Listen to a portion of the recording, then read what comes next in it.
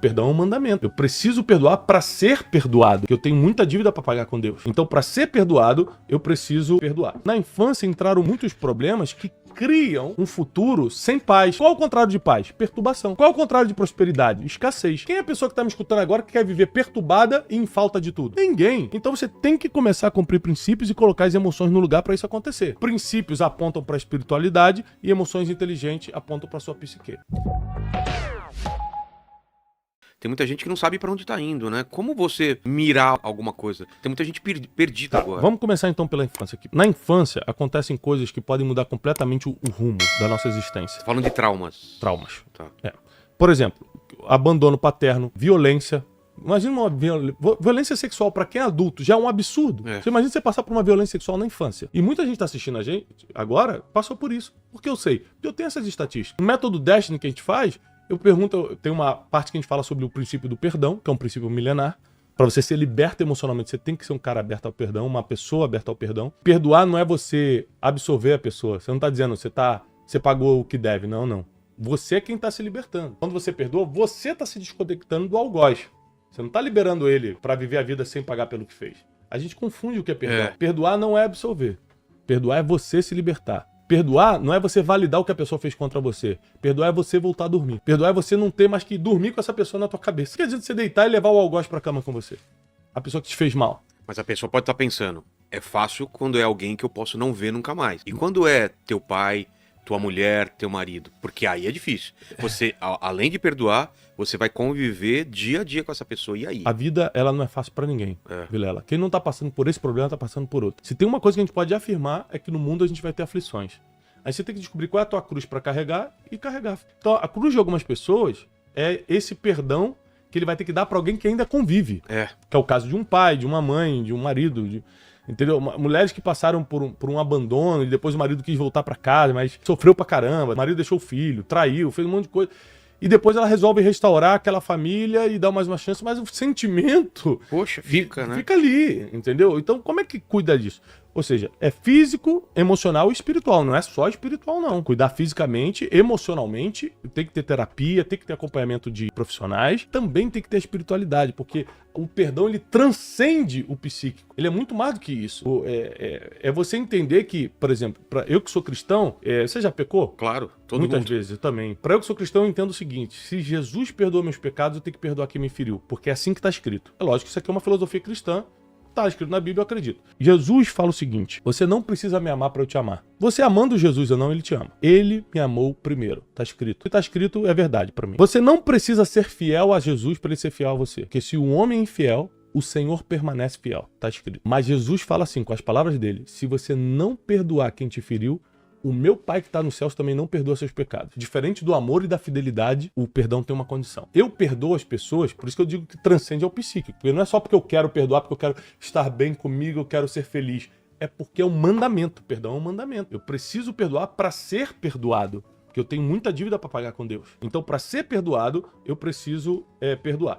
Na infância entraram muitos problemas que criam um futuro sem paz.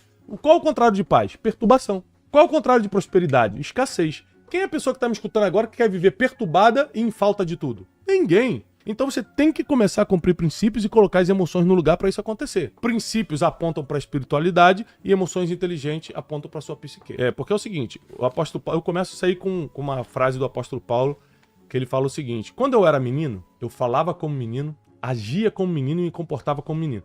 Agora que eu sou adulto, eu abandonei as coisas de menino. Escuta só, Deus não tira a imaturidade de você, é você quem abandona. Ah, Deus me ajuda a abandonar essa imaturidade. Não, não é assim. Existem coisas que Deus não tira de você e tem coisas que Ele não te dá. Por exemplo, coragem. Ai, Deus me dá coragem. É uma coisa que o brasileiro adora pedir pra Deus. Deus não dá coragem. Pra Josué ele fala assim: ser tu, forte e corajoso. Você que tem que tirar coragem. Decisões que dependem do ser humano. Senão você não tem livre-arbítrio, né? Se ele te der a coragem. O livre-arbítrio é até discutível. O livre-arbítrio, em sua integralidade, for verdade, eu posso decidir a partir de hoje não pecar. Tá, nesse sentido é impossível. Impossível. O que eu acredito é que existem algumas decisões que são livres. Esse é o meu pensamento de hoje.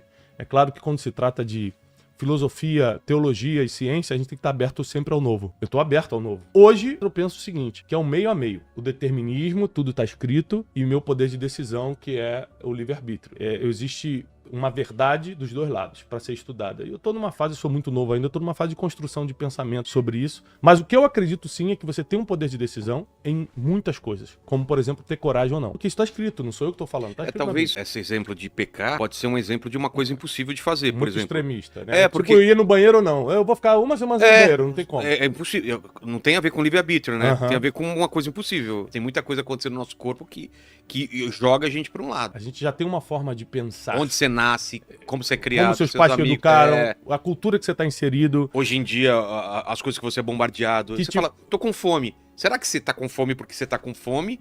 Ou porque você acabou de passar por algum anúncio?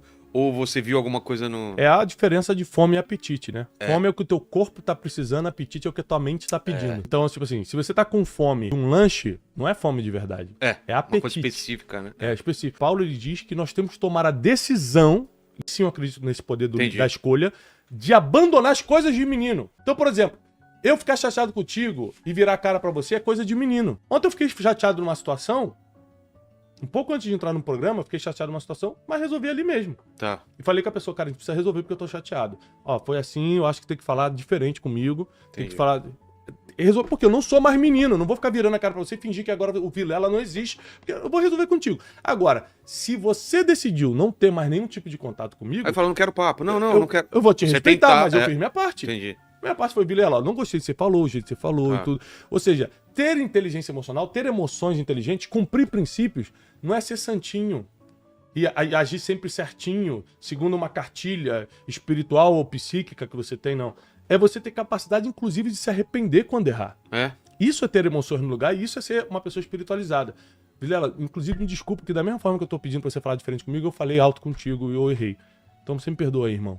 Então, quando eu consigo também pedir perdão, é porque a gente adora cobrar o perdão dos outros.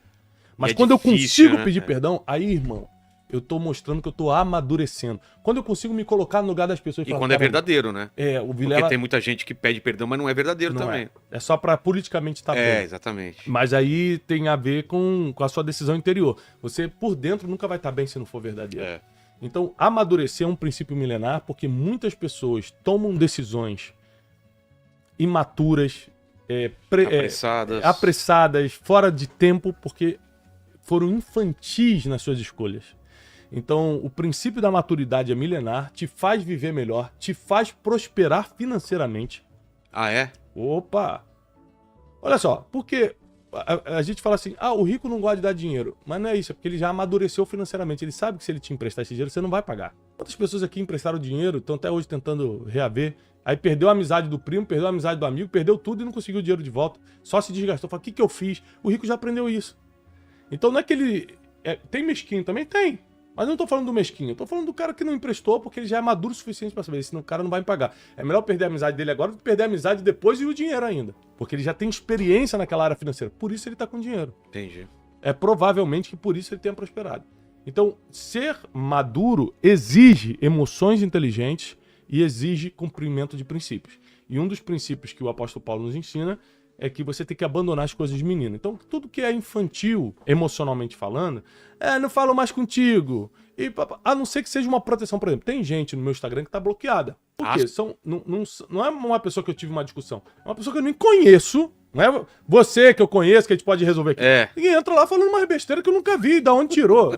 Vai perder tempo, né? Nem eu que vejo, a minha equipe que vê já separa essa pessoa. Essa pessoa não nem pode... é foto dele, às vezes, né? Perfil. Não, a maioria. A maioria não tem coragem de mostrar quem é de verdade.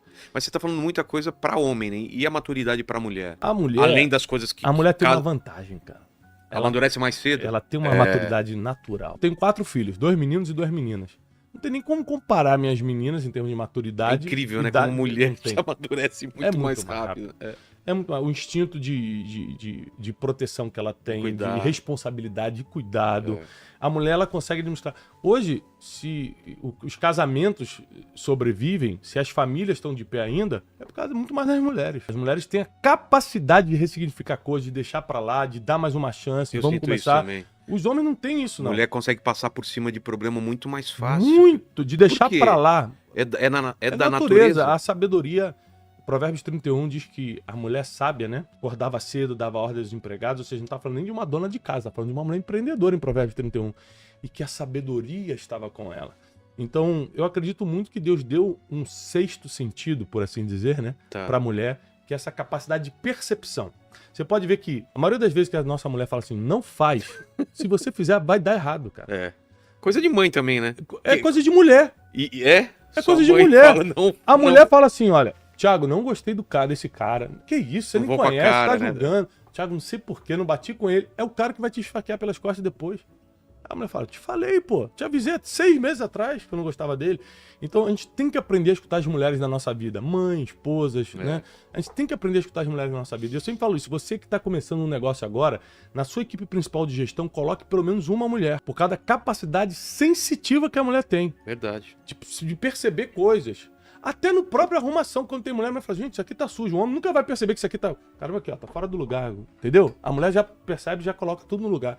Então, a mulher tem essa capacidade madura de pensar, sensitiva, ela pensa diferente, ela sente diferente, e eu acredito também que a mulher tem uma habilidade espiritual diferente do homem, de percepção. Um acesso mais fácil ao mundo espiritual? Eu acredito.